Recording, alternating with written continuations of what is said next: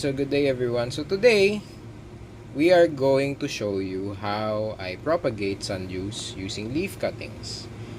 So leaf cuttings, for me, it's one of the easiest way to propagate sundews or droseras. There are a lot of droseras that are propagated this way. Leaf cuttings, leaf pulling. So for both methods, I do the same thing. So what I do is I prepare a shallow container of water. So in this case, these are some disposable plastic that's lying around, and what I do is fill at least half of it with low TDS water. So in my case, I use aircon runoff water, but you could always use rainwater. You could always use distilled, depending on what's available for you, but as long as it's low TDS water. So use a TDS meter to measure the TDS of your water. So in this case, my water is around 17 parts per million. So that's still acceptable, since the range at least that I keep my plants in is around 50 parts per million. So what happens is, first you cut some of the old leaves of your sundew.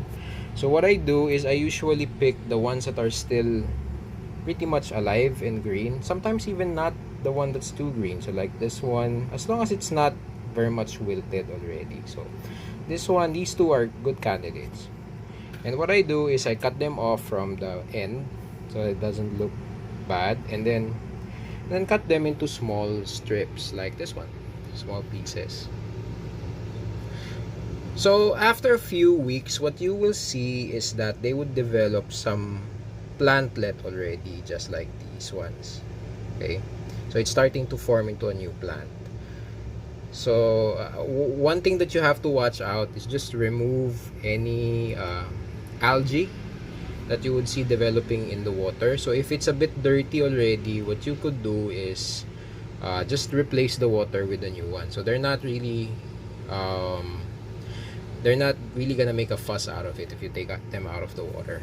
And then so after a few weeks, they're gonna develop some new small plants like these, and then you just leave them in the water and just repeat that process until they start to develop small roots. So notice there are some plants already that are pretty big. You could already discern the leaves and where the growth point is, but I keep them there until they reach around this big.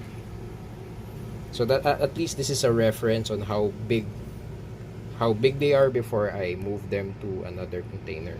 So in this container, it's more shallow than the usual pots, that even the small pots that are available. So it's still shallow, but the adjustment that the plants is going on here is they're trying to adjust to the environment where they're no longer submerged. They're no longer completely submerged in the water. So the mixture of the media that I use here is 50-50 sphagnum moss and perlite. And basically I don't water them from the top. I water them from this tray, this black tray over here. So they're watered from the bottom. So more often than not, this tray is basically flooded. So that way the plants would be able to adjust to the lower humidity and the higher sunlight. So I keep them here until they've developed some juice and have been established for a couple of weeks or months, depending on how long they adjust. Some of the plants haven't adjusted yet, but there are some that are pretty much adjusted to it, like this one that's producing dew already. So I give them another week or two, and then finally I transfer them to a deeper container. So this one contains more sphagnum moss, more perlite. So since it's deeper, the humidity becomes lower and lower. So that's the goal here. So once we've reached the size of the, I mean the depth of the substrate wherein you could already transfer them to a small pot, that's when I transfer them to a small pot. So as you can see, some of these guys have already adjusted. So I'm just giving them a few more weeks, and then I would begin transferring them into deeper pots. So this way, since it's deeper, they're getting closer and closer to the light as well. So that way, you're adjusting both to the humidity and the sunlight. Okay?